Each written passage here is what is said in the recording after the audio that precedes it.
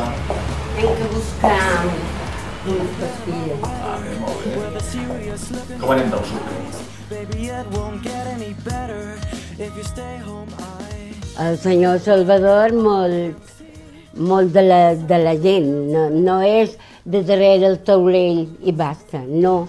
És de passar davant el taulell y ayudar a entender una cosa si no lo entiendes. Yo vengo a la farmacia por los productos que tengo que llevarme y me llevo un consejo grandísimo, que lo acepto, pues claro, de maravilla, porque se están portando muy bien conmigo y ahora lo necesito más porque estoy solo.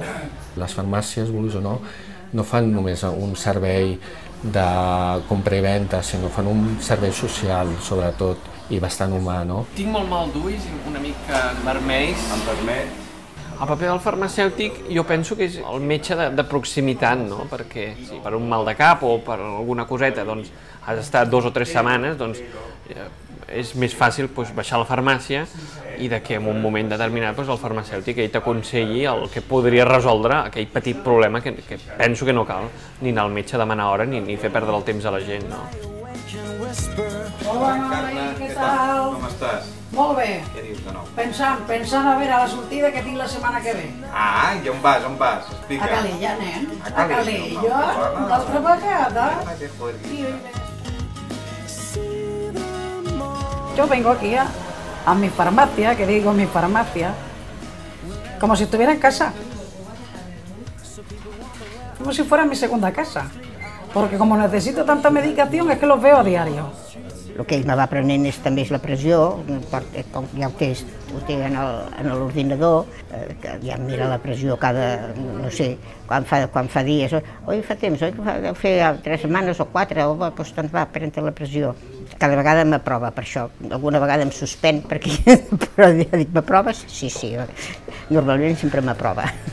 Com a anècdota, el meu avi, doncs, en vez d'anar al casal de gent gran, alguna tarda venia aquí a la farmàcia a fer la xerrada amb alguna gent que es trobava i tot això, no? O sigui que ofereix més serveis del que pròpiament és la farmàcia, no?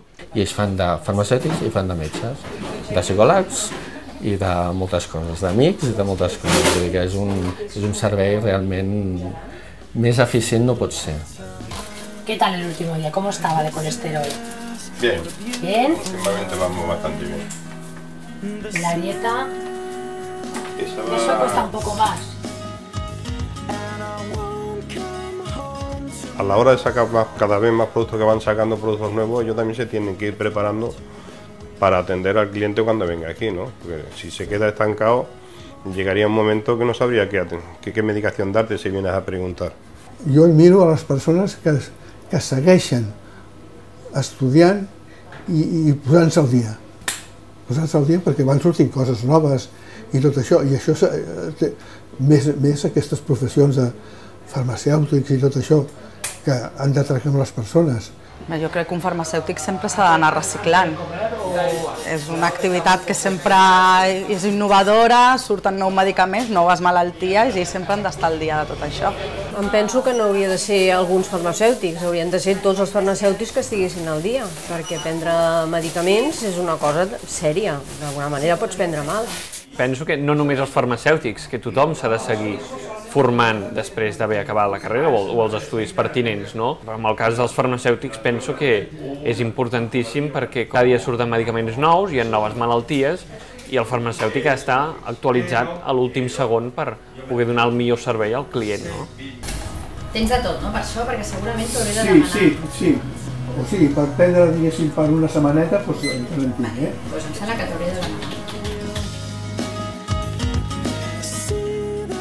És l'IVA de la dispensació, és el valor afegit que tu li pots donar a un pacient i fidelitzes aquell pacient si l'has ajudat amb una pregunta molt concreta.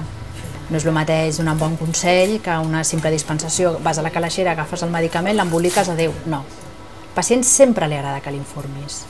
Quan es pren el medicament se'l pren més tranquil, més segur.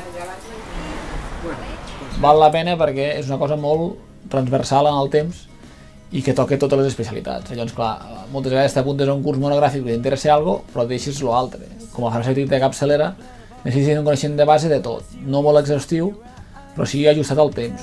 Veus? Estàs en el límit En el món de la farmacologia apareixen fàrmacs molt sovint, i són fàrmacs molts dels que jo no vaig estudiar, molts dels que s'utilitzen avui en dia jo no els vaig estudiar a la carrera. Llavors és fonamental que sapiguem quins són aquests fàrmacs, no?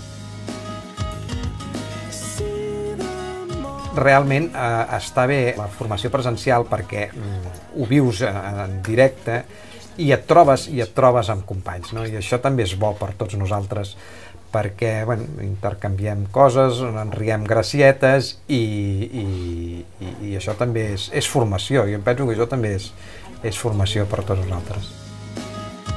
Em planteja aquesta opció i em va semblar molt interessant per no tirar la corda de la formació continuada de FEDE. Mai he agafat una disciplina de fer-ho els dies de guàrdia.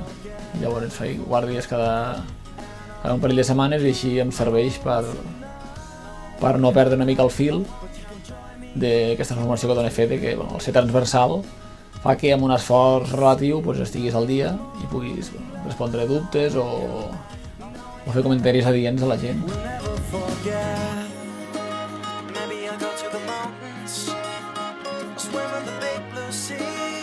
There's only birds and the silence we need. Maybe I go to the shore and sleep in the shade of the palm trees, and then finally wake up